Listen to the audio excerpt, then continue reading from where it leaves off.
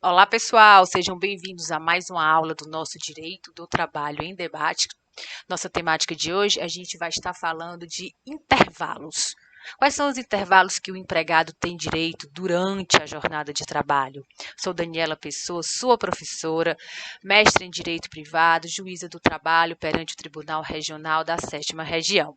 Hoje a gente vai estar conversando sobre essa temática dos intervalos legais.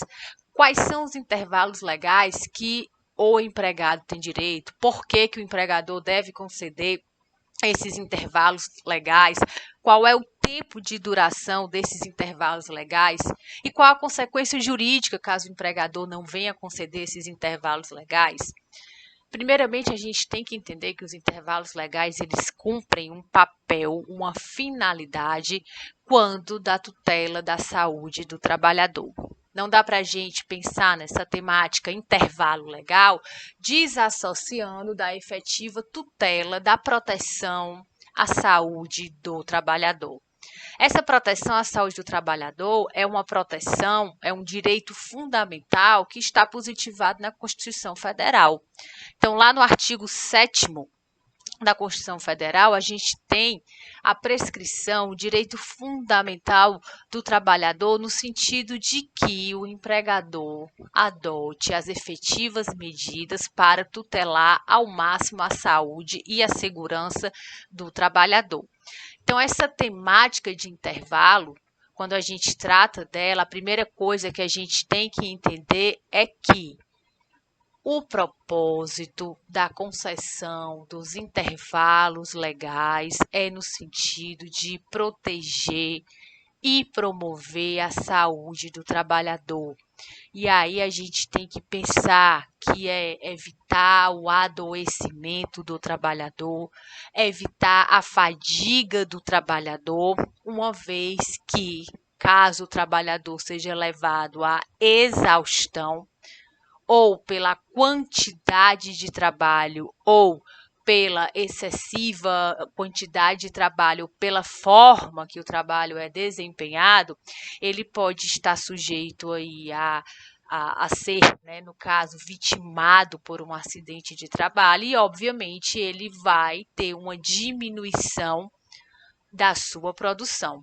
Então, a gente pode pensar que a ausência da concessão desses intervalos legais, causando o adoecimento do empregado, pode gerar para o empregador consequências jurídicas severas no sentido da responsabilidade civil e ainda de toda a questão inerente ao dano existencial.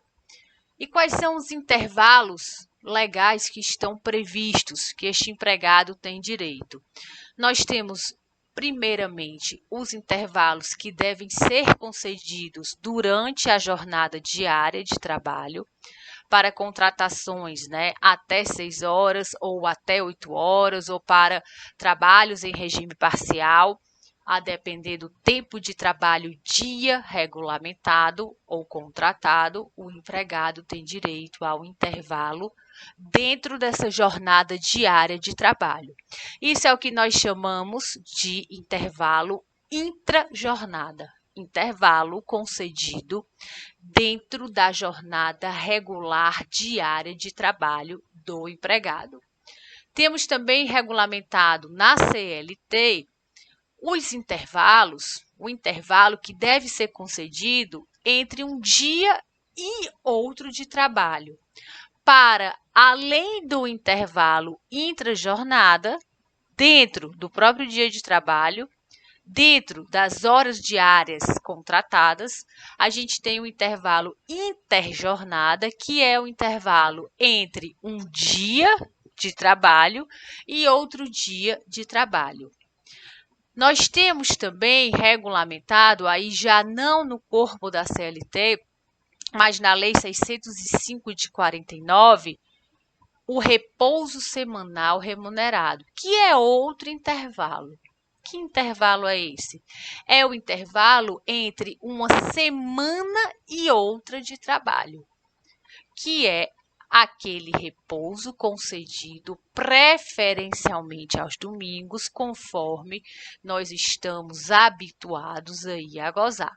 Então, típicos dentro da semana de trabalho, nós temos o intervalo intrajornada, aquele intervalo concedido dentro do limite diário para a jornada contratada. Nós temos o intervalo interjornada.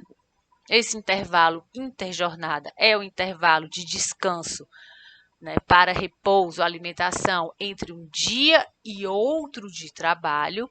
E nós temos o repouso semanal remunerado, que é aquele descanso entre uma semana e outra de trabalho. O intervalo intrajornada e o intervalo interjornada encontram regulamentação na Consolidação das Leis do Trabalho. Já o repouso semanal remunerado encontra regulamentação na Lei 605 de 49, uma lei bem antiga, como vocês podem observar. O intervalo intrajornada é um intervalo que tem uma variação de 1 a 2 horas, concedidas ali mais ou menos no meio da jornada de trabalho, para que o empregado ele possa estar se alimentando e repousando para começar um novo turno de trabalho. Para trabalhos superiores a 6 horas, esse intervalo entre a jornada, ele vai, no caso, de 1 a 2 horas, conforme pactuado entre empregado e empregador. Não pode ser nem, regra geral, menor do que 1 hora e nem superior a 2 horas, uma vez que pode causar, assim, um prejuízo ao empregado. E para aquelas jornadas de até 6 horas, esse intervalo ele cai aí para 15 minutos, mas ele tem que ser efetivamente gozado pelo empregado. Então, para o nosso padrão de jornada de 8 horas diárias, de 6 a 8 horas diárias, o empregado tem direito a um repouso de 1 a 2 horas por dia, mais ou menos ali no meio da jornada, após a 4ª hora de trabalho, para que ele possa estar repousando e se alimentando antes de iniciar um novo turno de trabalho. O intervalo interjornada, ele é um intervalo mais longo, porque ele é um intervalo entre um dia de trabalho e outro. O intervalo interjornada, ele é um intervalo de 11 horas corridas, 11 horas consecutivas. Então, acabando o empregado um turno de trabalho às 18 horas, por exemplo, ele somente poderia recomeçar a trabalhar pelo menos a partir das 5 horas da manhã. Então, o intervalo interjornada corresponde ao intervalo entre um dia e outro de trabalho de 11 horas consecutivas, para que o empregado tenha um tempo maior de descanso, para que seja proporcionado a esse empregado um convívio social e familiar antes que ele tenha que retornar novamente ao posto de trabalho. E o repouso semanal remunerado, que é aquele repouso entre uma semana e outra de trabalho, ele é um repouso de 24 horas, não é de um dia, contada hora a hora. É um repouso semanal remunerado de 24 horas, preferencialmente aos domingos. Não quer dizer que tenha que ser aos domingos, mas preferencialmente aos domingos. E aí, conforme a atividade desempenhada pela categoria econômica do empregador e conforme a função do empregado, pode ser feita essa escala de revezamento, caso haja a necessidade do trabalho aos domingos, de forma a garantir para esse empregado pelo menos um domingo por mês, a título de repouso semanal remunerado. Então, não existe a obrigatoriedade, mas existe a preferência de que esteja aos domingos e, não podendo ser aos domingos, tem que ficar garantido ao empregado pelo menos o gozo de um repouso semanal remunerado aos domingos. Em caso o empregador desrespeite quaisquer um desses intervalos, intrajornada, interjornada ou repouso semanal remunerado. Caso o empregador desrespeite a concessão do período destinado aos intervalos intrajornada e interjornada, necessariamente vai gerar ao empregado o direito de receber o pagamento das respectivas horas extras correspondentes ao horário ali que foi suprimido. Eu tinha direito a 1 hora de intervalo interjornada, não me foi concedido. Então, eu posso estar postulando o pagamento de 1 hora extra ficta, que a gente chama. Por quê? Porque não foi 1 hora efetivamente trabalhada, foi 1 hora que o empregado deixou de usufruir a título de repouso. Em relação ao intervalo interjornada, da mesma forma. A supressão de qualquer hora inerente ao intervalo interjornada garante ao empregado o recebimento das horas extras correspondente às horas que foram suprimidas. E em relação ao repouso semanal remunerado? Em relação ao repouso semanal remunerado, a regulamentação ela é um pouco diferente. Por que ela é diferente?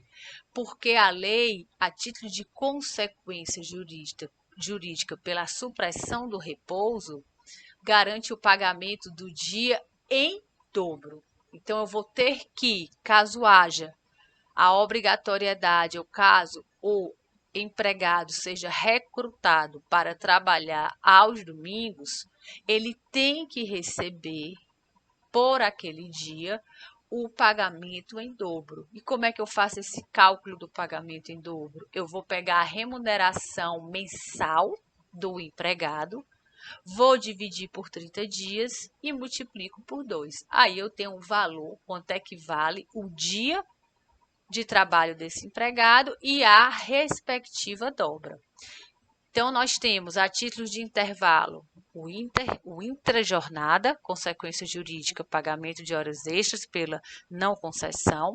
O interjornada, consequência jurídica, horas extras pela não concessão. E o repouso semanal remunerado, consequência jurídica pela não concessão, o pagamento do dia em dobro.